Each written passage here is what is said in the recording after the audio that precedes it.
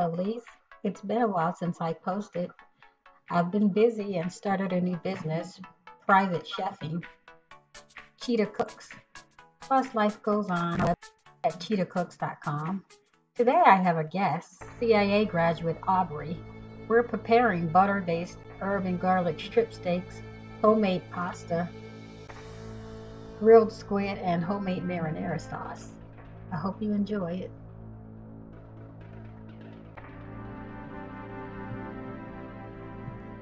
Steak looks gorgeous, medium rare. So what we're doing here is taking a semolina flour and measuring out 2.5 cups.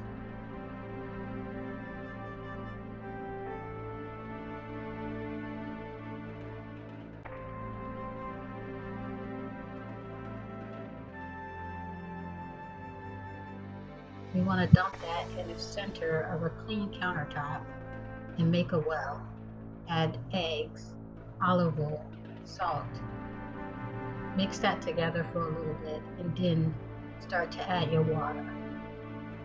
I start with about a half cup of water to the side and I just use a tablespoon at a time till the dough starts to stick together and it will resemble bread. When the dough is ready, when you pull it apart, it'll start to look almost like a loaf of like bread, like the middle of the bread.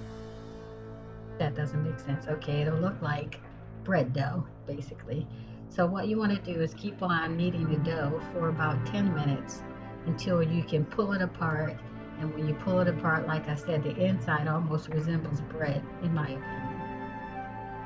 You can also use variations of flours. I like using pure semolina, but you can also use a mixture of bread flour and some semolina. Mixture of bread flour, semolina, or you can use regular flour, all-purpose flour, and half semolina, or you can just use all-purpose flour or all bread flour. It's your choice. So you just want to keep on working that dough until all the flour has absorbed into the dough. And like I said, it resembles when you break it apart, it almost looks like bread. And then what you want to do is cover that with plastic wrap and let it rest for about 20 to 30 minutes. And then you can work on the rest of your meal while that's happening. Also, you can see in the background that I've started my marinara sauce.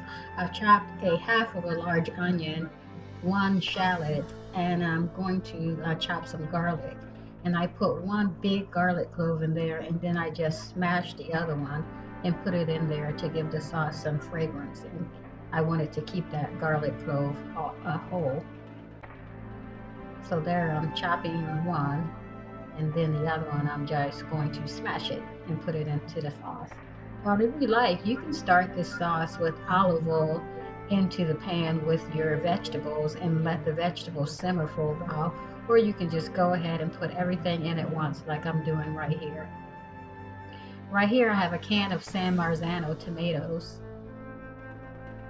They cost a little bit more than regular tomatoes, but it's well worth it.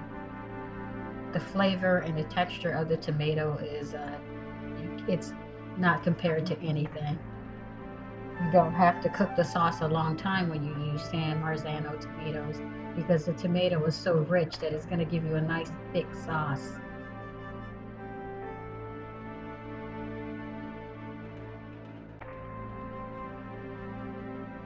I'm going to add some dried herbs as well as some fresh herbs to this. Here I have some dried Mediterranean oregano. I'm going to add some dried thyme, and then I'm going to add some fresh thyme and some fresh basil.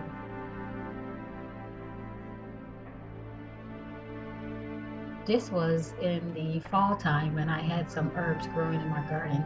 Now the herbs have been brought into the house, of course, because it's very, very, very, very, very, very cold here in New Jersey. This is Parmesan Reggiano cheese that I have grated and put into a bowl. I'm going to top my pasta actually with truffle oil and Parmesan cheese. put the steak up on top of it, even though you don't see that at the end. Put the steak up on top of it and a little bit of marinara. So you can see here my marinara has thickened quite a bit and reduced in size. I added 2 hot peppers, 2 chili peppers in there because I wanted it a little bit spicy. So I've put my sauce to the side. I'm not going to cook that anymore, and I'm getting ready to roll out my dough. So what you want to do is put some flour on your surface because you don't want the dough to stick to the countertop, and when you cut the dough, you don't want it to stick to each other. So I've cut the dough into 4 pieces, and you want to keep those other pieces that you're not working with wrapped so it won't dry up. And what I do is put it through the number 1 selection on my pasta machine about 3 times before I start rolling it out. And then you can roll it to your desired thickness. I think for this one, I probably only rolled it to maybe a 4 because I wanted some linguine pasta. But you can use a pasta machine, or you can use a rolling pin and roll it all out as flat as you want with a rolling pin, and then just fold it over itself, putting flour in between, and cut it with a knife. And that's how I used to make pasta before I had this pasta machine. But pasta machines aren't very expensive these days. You can get a pasta machine for $20. So I rolled out my first piece of pasta there, as you can see it, and it's quite long. If you don't want them that long, you can cut them in half, but it's kind of impressive when they're long this way, and then you can portion it out better. And I just seasoned my squid with olive oil, salt, pepper, and some fresh herbs.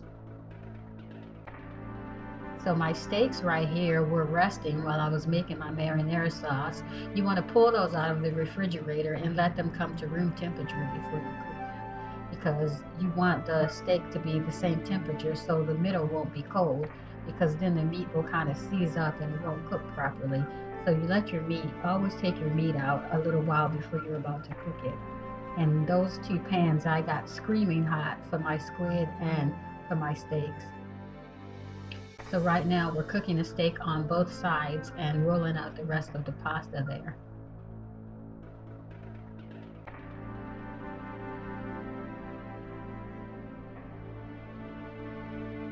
We have some butter in the pan, and this is actually Ethiopian butter that was given to me. Actually, I bought this one, but my friend in Arizona gave me some Ethiopian butter from her mom in Ethiopia. I bought this one at an Ethiopian market here, and it has a nice flavor, very nice mild spices into the butter. So I'm using that butter or Aubrey is using that butter to baste the steaks. So you put your herbs and your piece of garlic in the pan when the steak is almost done, and then you just start to baste it until it gets to the desired doneness. There's my marinara. It's finished. It's very thick, as you can see. There's the steak. It's resting now. You want to let that rest about 15 minutes before you cut it. 10 to 15 minutes.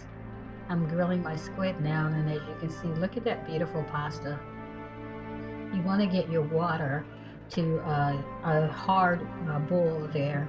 You want to add salt. As salty as the sea is what Italians say, is how much salt you want to put into your pasta water, and get that to a vigorous rolling boil.